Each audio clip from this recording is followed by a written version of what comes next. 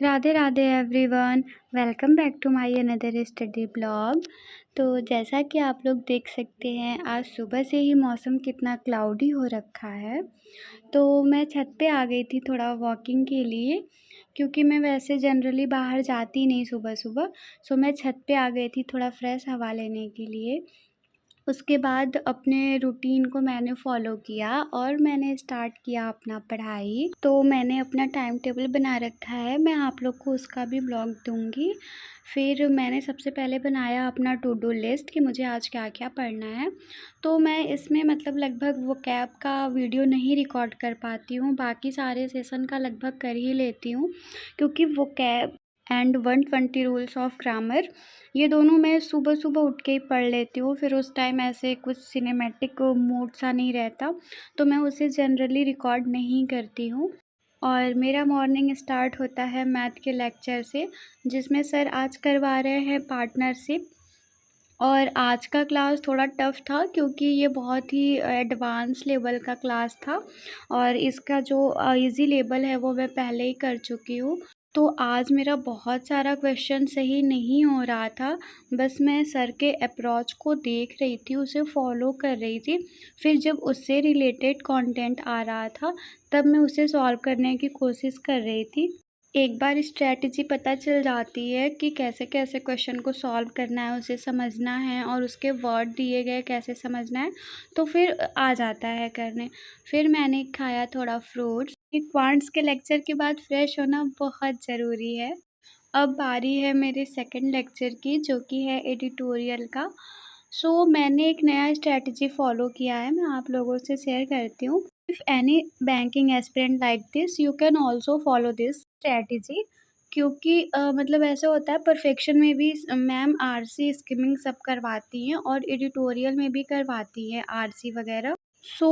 Perfection जो है वो ज़्यादा कह सकते हैं इम्पॉर्टेंट है, मतलब एडिटोरियल भी इम्पॉर्टेंट है, बट परफेक्शन जो है एकदम कंटेंट रेलेवेंट होता है। मैंने ये डिसाइड करा है कि सबसे पहले मैं एडिटोरियल के सारे वर्ड्स पढ़ूँगी, उसके बाद मैं परफेक्शन का जितने भी आरसी वगैरह हैं उसे कर लूँगी, ताकि मेरे टाइम जो इतना ज़्यादा लग रहा है वो थोड़े बच जाए और मुझे पढ़ाई भी करने के लिए और ज़्यादा समय मिल सके। तो एडिटोरियल के बाद मैं आ जाती हूँ अपने परफेक्शन के क्लास पे, क्योंकि उस जो एडिटोरियल का आरसी वगैरह होता है उसे मैं स्किप कर देती हूँ। जब मेरा परफेक्शन का सारे क्लास पूरा हो जाता है, फिर मैं एडिटोरियल का भी आरसी और स्किमिंग करती हूँ। इससे क्या होता है कि मेरा दोनों कवर हो जाता है और कम टाइम में भी कवर हो जाता है, क्योंकि परफेक्शन तो मस्ट है, क्योंकि मैम इसमें टाइम देती हैं और फिर इसमें एग्ज़ाम रिलेवेंट बहुत सारी चीज़ें बताती हैं। Then I eat my delicious Maggi and मेरा सेकंड स्लॉट स्टार्ट हो जाता है फिर।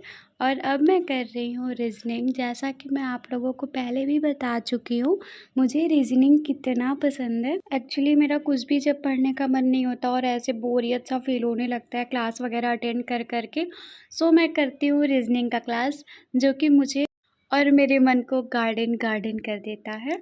बहुत हो चुका फ़नी बात, अब मैं आपको बताती हूँ कि आज मैं रीज़निंग में कर रही हूँ स्क्वायर सिटिंग अरेंजमेंट।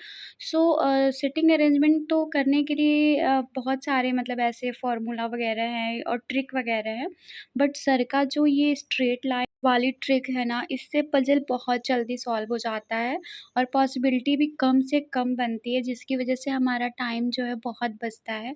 मैं तो सर का ही सब कुछ मतलब ऐसे फ़ॉलो करती हूँ, मैं कभी भी दूसरों का नहीं सुनती, क्योंकि एग्ज़ाम में कॉम्पिटिटिव एग्ज़ाम में हमारा ये मैटर करता है कि एक स्ट्रैटेजी अपनाएं और उसे ही फॉलो करें। और फिर हँसते-खेलते मैंने ख़त्म किया अपना रीज़निंग का क्लास, क्योंकि रीज़निंग के क्लास से मैं कभी बोर नहीं होती। एंड अब बारी है हमारे बीएम के लेक्चर का।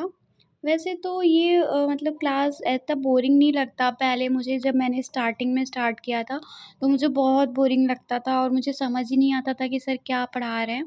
बट सर का मैंने 40 डेज़ चैलेंज एक्सेप्ट किया और धीरे-धीरे चीज़ें एकदम रिलेवेंट होने लगी अपने माइंड से, क्योंकि जब हम किसी चीज़ को कंसिस्टेंसी के साथ करते हैं, तभी वो हमारे समझ में आती है।